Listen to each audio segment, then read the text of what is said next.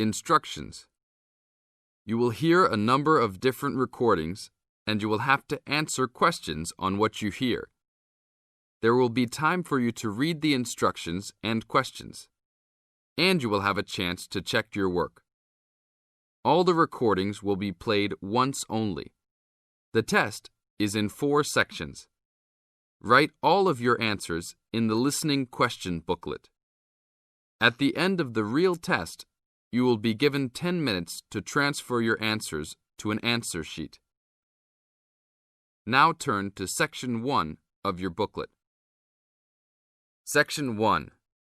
You are going to hear a conversation which happened in a travel agency. First, you have some time to look at questions 1 to 5.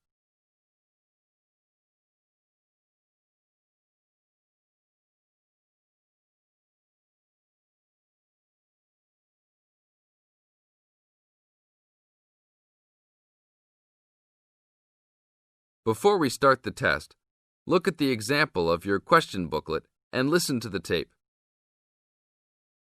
Hi, I would like to make a reservation for a round-trip plane ticket from London to New York. Welcome to the Student Travel Agency. London to New York. Let me see if we have any student specials for that flight.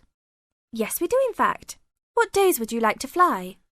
I am looking for a flight around the 10th of October or so.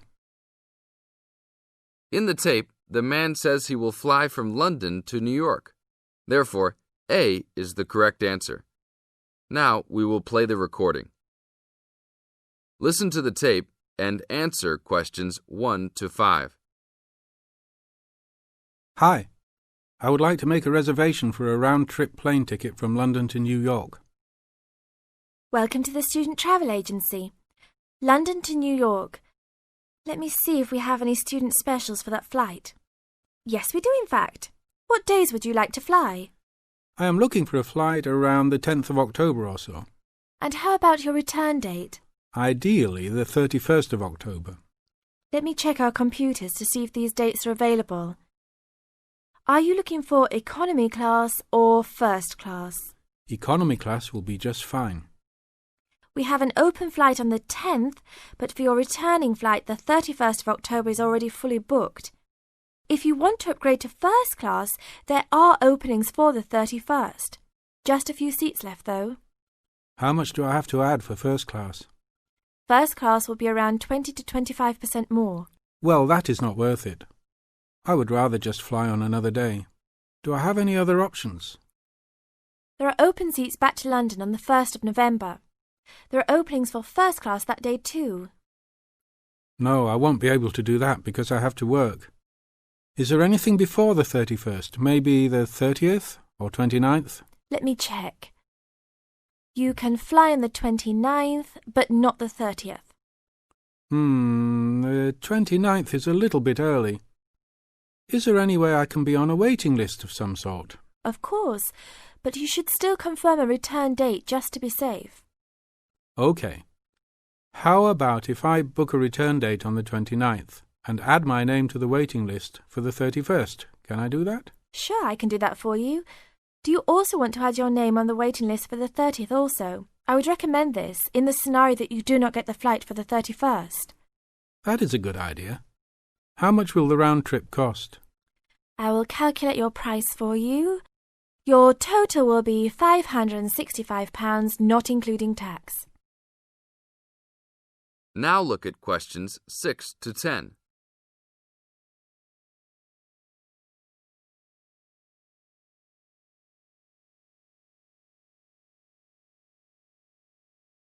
Now listen to the tape and answer questions 6 to 10.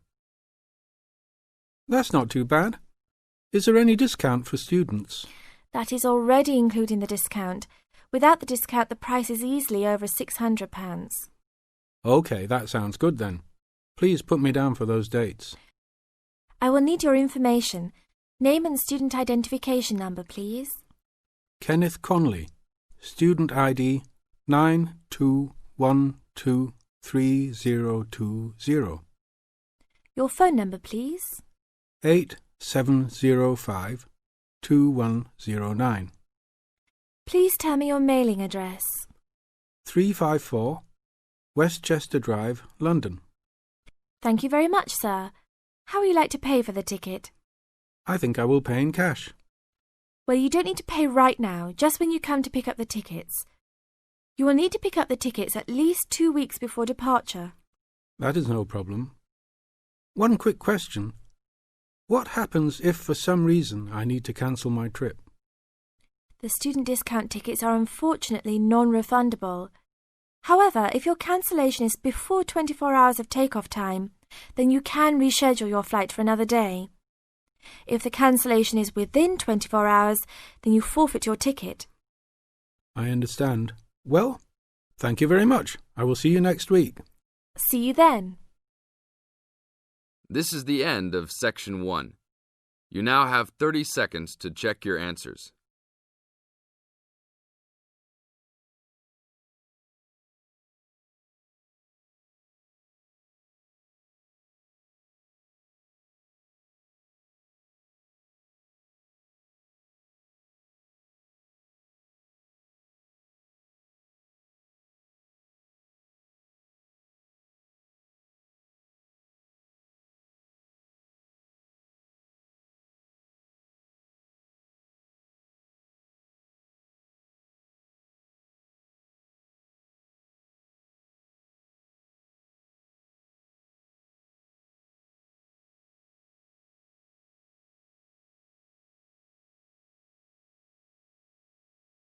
Now turn to Section 2.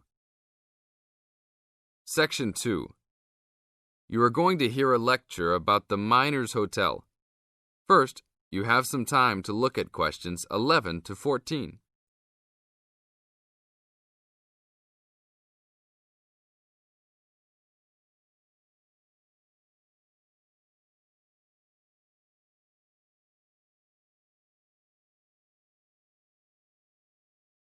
Now listen to the tape and answer questions 11 to 14. Good evening and welcome to the Miner Hotel. We are pleased to have you as our guest. I will give you a brief information session to tell you everything you need to know to make this a pleasant stay. The Miner Hotel was built in the 1850s, during the Gold Rush period, also nicknaming our state the Golden State. People from all over the country and even from other countries came to seek their fortune here in these hills, creating cities overnight. In this city, many Gold Rush hotels soon opened up. This particular hotel was built in 1851, but was destroyed during an earthquake. It was rebuilt in 1995 to recreate the feel of the Gold Rush, complete with articles and actual photographs from during the 1850s. Our hotel is divided into two buildings, one called the Gold Tower and the other is named the Fortune Tower. You will be staying in the Fortune Tower on the 25th floor, complete with great views of the city. Your room is the best room in the hotel, complete with private living room and hot tub. Here is your room card. On the card it will say FT, meaning Fortune Tower. On the bottom of the card it will say 2515. The 25 stands for the 25th floor, and the 15 stands for the 15th room on that particular floor. Now look at questions 15 to 20.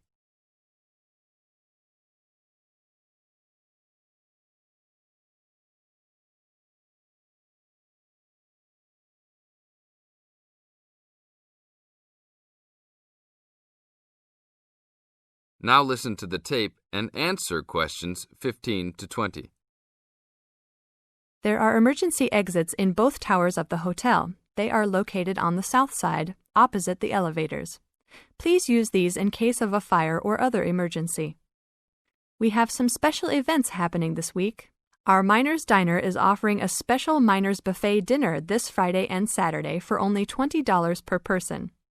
This special includes all food, not including drinks and alcohol, and shows for the night. The buffet will be available from 5 to midnight. Because of the historical significance of our hotel, there are some special rules. The first rule is that there is no smoking allowed anywhere in the building, not even in your own room. This is not only to ensure the safety and health of our guests, but also the furniture and pictures can be easily damaged by smoke and other harsh treatment.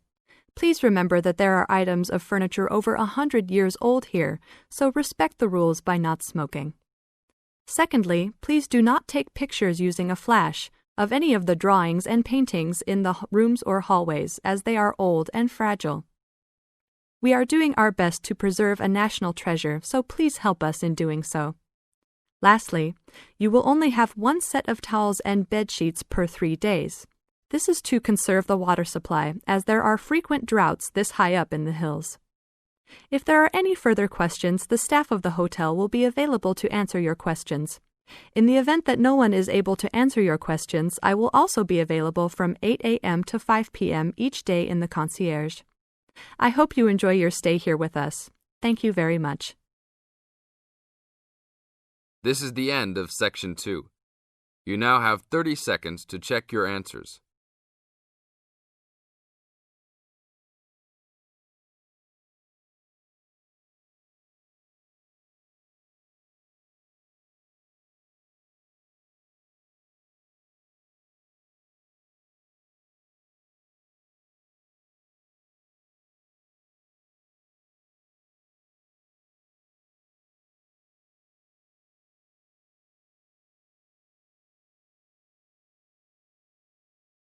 Now turn to Section 3.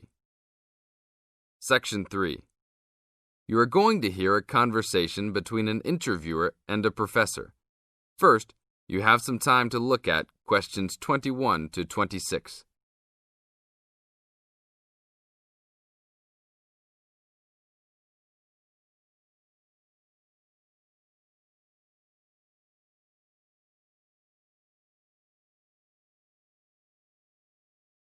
Now listen to the tape and answer questions 21 to 26. Today I'm here with Professor Nittick, who is our new university president. He has been a professor for 20 years and teaches many of the best classes on campus. I know many of you have had him as a teacher and know of his brilliance. Good morning, Professor Nittick. Thank you for stopping by the student station. Thank you for having me here. It is always great to get to meet many of the students who are involved with our school. I haven't been here since 2 years ago. Yes, I remember at that time you were still teaching every semester. 2 years later, you're only teaching every once in a while. But it seems like you are still always busy. The administration world is just as busy as the teaching world for you. How do you stay in touch with the university, even with the change in your everyday duties? I try to stay in touch with what is popular with the university students. I usually spend time with as many students as I can. They usually give me insight into what the new concerns and beliefs are for the new generation. On top of that, I try to be as youthful as I can. I consider myself to be youthful, at least for my age. So I always have a good time and try to stay young. I try my best to not just be a teacher, but also participate in university life. Interesting. So, are you still doing lots of academic work, or are you mostly concentrating on administrative affairs? Well, I mostly do administrative affairs now, but that doesn't mean that I still don't have a very deep interest in academic matters. I often visit other campuses around the world and meet other professors in my field. I learn the most by travelling and seeing the different places of the world and the different fields of thought. I even did a television programme last month in Manchester. Will you be on television any time soon then? Well, you can call the television station and see if I will be on television any time soon. Maybe I will be on the news report. I don't think it is really that significant, though. Oh, really? That sounds great. I will remember to look out for you. Let's move on. With all your busy travelling recently, how do you find time for your personal life? I try to keep my university life separate from my personal life. Sometimes it's hard to find time to just take my wife and 3 kids out for a family dinner, but usually we all manage to get together every few days. I'm taking a few weeks off next month to take my family down to South America, to Brazil for a few days. I can't wait to just sit on the beach. Wow, that sounds like a wonderful trip. Professor Nittick, could you tell the audience a little about what goes on in an average day of a university administrator? An average day. Oh, I don't think there is such thing as an average day for me.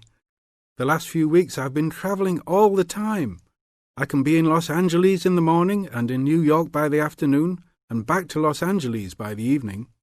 Sometimes I will spend the whole week at a new university, showing the new administrators the ins and outs of running a university.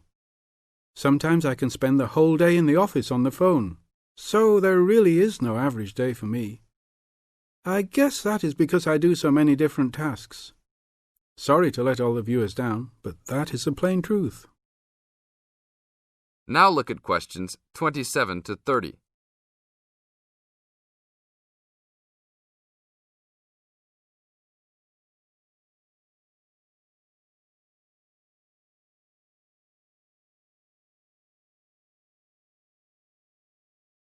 Now listen to the tape and answer questions 27 to 30.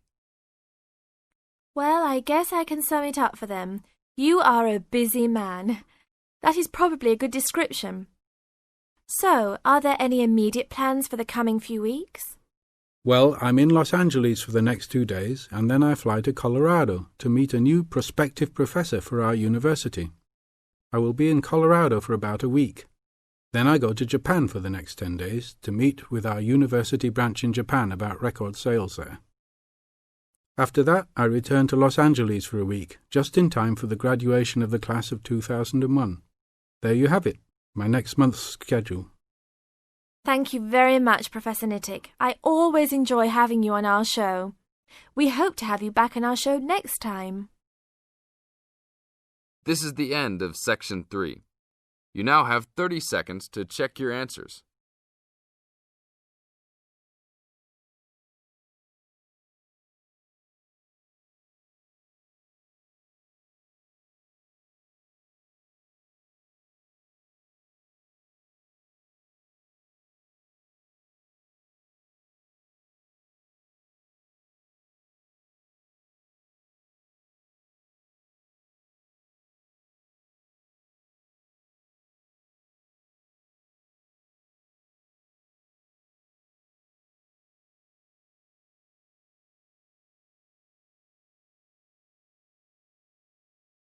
Section 4.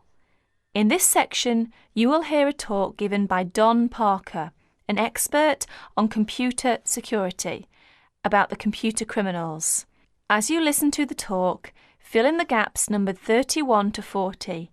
First, you will have some time to look at the notes below.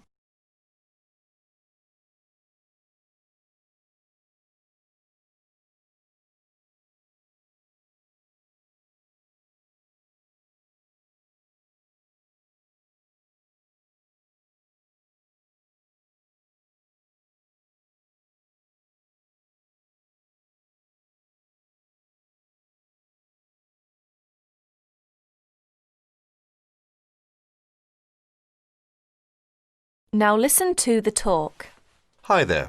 As an expert on computer security, my job is to oversee and analyse the phenomenon in computer users. Computer has been commonplace in our daily life, make our life and work efficiently and lively. However, with the development of the computer technology, computer crime has come to arise more people's attention. Now, in respect of this topic, I will present some of my view and studies. What kinds of people are perpetrating most of the information technology crime? According to my research, over 80% may be employees. The rest are outside users, hackers and crackers and professional criminals. It is amazing that employees amount for this large portion. Let us see them in detail. Employees. Employees are those with the skills, the knowledge, and the access to do bad things. Dishonest or disgruntled employees pose a far greater problem than most people have realized. To most supervisors and some experts, they worry that dishonest employees or outsiders can more easily intercept communications or steal company trade secrets. Workers may use information technology for personal profit or steal hardware or information to sell. They may also use it to seek revenge for real or imagined wrongs, such as being passed over for promotion. Sometimes they may use the technology simply to demonstrate to themselves that they have the power over people. This may have been the case with a Georgia printing company employee convicted of sabotaging the firm's computer system. As files mysteriously disappeared and the system randomly crashed, other workers became so frustrated and enraged that they quit. Outside users. Suppliers and clients may also gain access to companies' information technology and use it to commit crime. With both, this becomes more a possibility as electronic connections, such as electronic data interchange systems, become commonplace. Hackers and crackers. What are hackers? Hackers are people who gain unauthorized access to computer or telecommunications systems for the challenge or even the principle of it.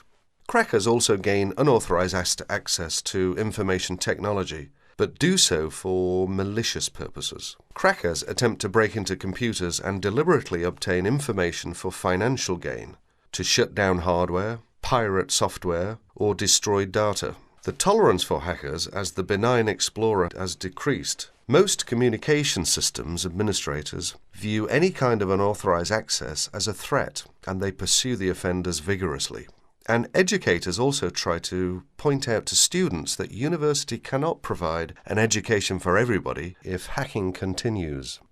Professional criminals. Members of organized crime rings don't just steal information technology, they use it in a legal way as a business tool, but for illegal purposes. For instance, databases can be used to keep track of illegal gambling debts and stolen goods. Drug dealers have used pages as link to customers. Microcomputers, scanners, and printers can be used to forge checks, immigration papers, passports, and driver's licenses. Telecommunications can be used to transfer funds illegally. As information technology crime has become more sophisticated, in 1988, after the last widespread Internet break-in, the US Department created the Computer Emergency Response Team, or CERT. Although it has no power to arrest or prosecute, CERT provides round-the-clock international information and security-related support services to users of the Internet. Whenever it gets a report of an electronic snooper, whether on the Internet or on a corporate email system, CERT stands ready to lend assistance. It counsels the party under attack, helps them thwart the intruder, and evaluates the system afterwards to protect against future break-ins. That is the end of section 4. You will have 30 seconds to check your answers.